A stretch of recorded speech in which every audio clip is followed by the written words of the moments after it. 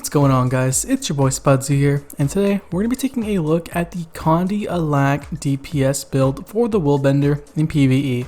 This is the build that was kind of popular when EOD first launched, but quickly lost that popularity whenever people realized that it wasn't that good at generating Alacrity and dealing damage because of the way that virtues work. And it's been like that for a while until now, whenever ArenaNet released the newest balance patch, which allowed Willbenders to no longer have to override their virtues.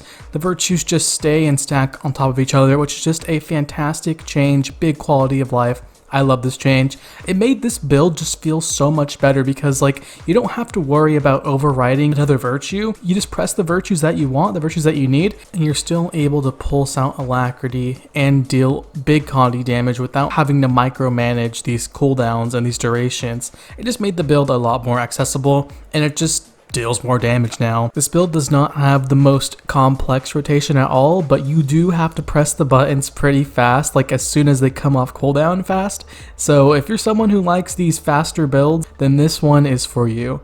So let's go ahead and get right into it. We run 4 pieces of grieving stats with 2 pieces of viper stats. I run the vipers on my hands and my boots. We run these stats with superior rune of the Flame Legion so that we can benefit both from the massive amount of power damage that Greatsword is able to output, as well as our burn damage, giving us the best of both worlds. Because of the way Willbender handles Alacrity, you actually do not need any boon duration whatsoever, which will allow you to take stats that increase your DPS. For my trinkets, I take a neck and a ring that are both grieving statted, with the rest being a viper statted. For the weapons, we take a scepter and a torch with superior sigil of bursting and superior sigil of geomancy. Our second weapon is a greatsword with superior sigil of bursting and torment. Ideally, you'd want to have more ferocity, so all 3 of your weapons should be grieving statted, but if you're broke like me, you can get away with rampager stats. That's what I went with, and it worked out pretty fine. With the equipment out of the way, let's talk traits. We take traits that will allow us to give us and our party members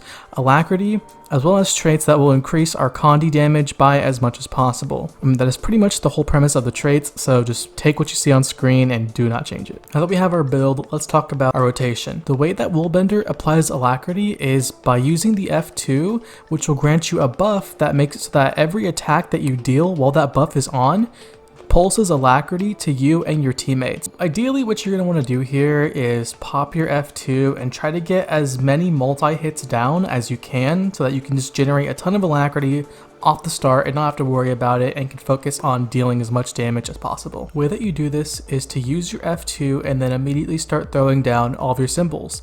These symbols are multi-hit and will proc Alacrity every time that they hit, which brings me back to our rotation. Start by using your F2 into the F1 to get both your bonuses going. You're going to want to use a Purging Flames into the Greatsword 4 into a Greatsword 2. Swap weapons over to the Scepter and use your Scepter 2 into Torch 4 into Whirling Light. And that is quite literally the whole rotation. Just make sure that you are upkeeping Alacrity and Virtue 1. So that is how you will be dealing burn damage. Outside of this, just press your abilities off cooldown and they will come off cooldown fast. So that is why I said that this rotation is pretty simple, but just very quick. Here are your priority abilities for whenever multiple skills are coming off cooldown at once. You know which ones that you should be pressing first and prioritizing over others. Although the newest update made this build a lot more fluid and fun to play, it still has its shortcomings that are quite literally unavoidable. The fact that you have to be hitting something in order to pulse Alacrity means that in some encounters, you just won't have the opportunity to do so when there is downtime. Another thing to note is the fact that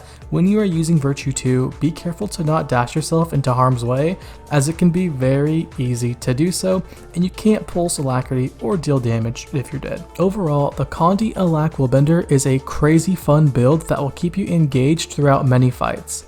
I would definitely say that this build has way more potential now than it ever did. The ability to weave Alacrity into your rotation with minimal DPS loss is huge and can be seen in fights like Kiting Overlook, when you're just able to pump bosses with not much movement involved. If you enjoyed the video, consider leaving me a like and a subscribe, as it helps me out a ton. Let me know if you like the build and if you're finding any success with it. Thank you all so much for watching, and I'll see you in the next one.